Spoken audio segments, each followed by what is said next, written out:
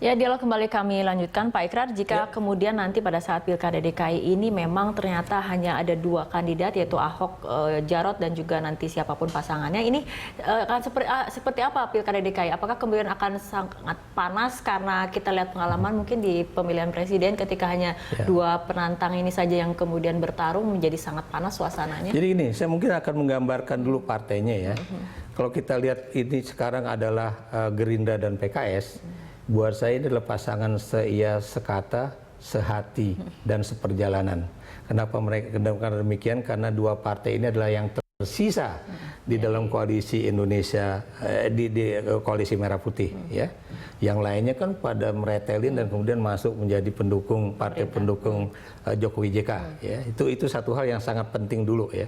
Yang kedua, Anda tahu posisi Demokrat itu juga tidak mau menjadi bagian dari oposisi telak kayak Gerindra PKS, tapi dia juga nggak mau menjadi bagian dari koalisi pemerintahan.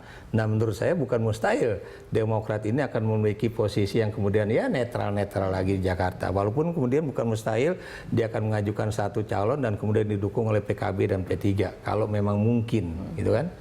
Kalau memang mungkin ya kita akan ada 3 pasangan. Nah, kalau head to head, saya melihat bahwa tentunya 6 partai yang tersisa di koalisi kekeluargaan itu akan berupaya menyatukan kekuatan untuk bisa mengalahkan Ahok Jarot.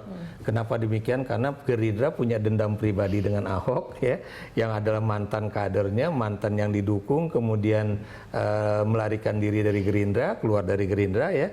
Kemudian yang partai-partai lain juga tentunya juga ingin mengalahkan Ahok karena semboyan mereka dulu adalah asal bukan Ahok. PDIP juga tadinya juga demikian ya. Nah ini jadi ini yang kalau kita perhatikan. Tapi seperti juga yang udah saya omongkan di berbagai televisi dan juga di Harian Kompas kemarin ya, yang bisa mengalahkan Ahok itu adalah orang yang benar-benar menjadi petarung. Bukan orang yang sopan seperti gayanya Sandiaga Uno atau Anies Baswedan, ya, tapi orang yang bisa dalam tanda kutip kurang ajar. Artinya dua tokoh ini menurut Anda tidak akan bisa menandingi? Buat saya itu yang agak sulit ya, makanya ketika Sandiaga Uno waktu itu ada satu acara di satu televisi ya, itu kemudian saya tanya, jadi siapa nih yang akan mendampingi? Kalau buat saya itu kalau mau orang yang kelotokan, kalau orang Betawi bilang ya ambil Haji Lulung. Cuma persoalannya Haji Lulung juga dari segi politik kurang begitu bagus citranya, kan begitu. Tapi kalau misalnya saya melihat dari pertarungan politik, Haji Lulung itu adalah orang yang sangat hebat dari segi petarung. Kenapa saya bilang hebat? Karena dia adalah orang yang paling tahu kerjaan Ahok di pemerintahan karena dia anggota DPRD DKI Jakarta dari P3 ya, dan kemudian dia orangnya juga kelotokan, berani ngomong kayak Ahok. Artinya penantang Ahok nanti memang harus kemudian memikirkan betul-betul siapa kemudian tokoh yang akan mendampingi seperti itu ya. Betul. Posisi DKI 2 ini juga dia tidak boleh penting, bersopan-sopan ya.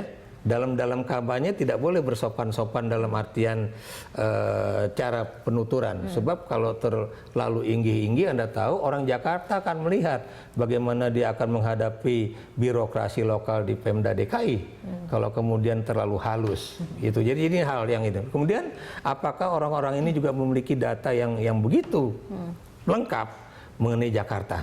Kenapa? Karena setiap pernyataan yang mereka akan keluarkan, itu Ahok akan bisa menjawabnya.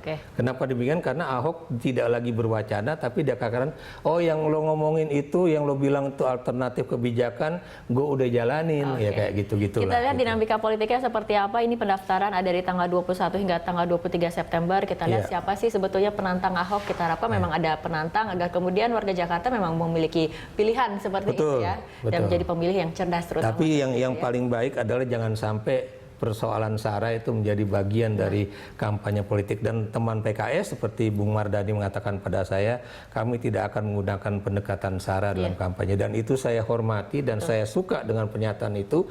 Dan mudah-mudahan teman-teman yang lain juga akan melakukan itu. Jagalah Jakarta sebagai kota yang nyaman bagi semua pemeluk agama. Baik, terima kasih Pak Ikrar telah bergabung bersama kami dalam Dialog Jurnal Pagi hari ini. Selamat pagi Pak Ikrar. Pemirsa tetaplah bersama kami, Jurnal Pagi akan segera kembali sesaat lagi.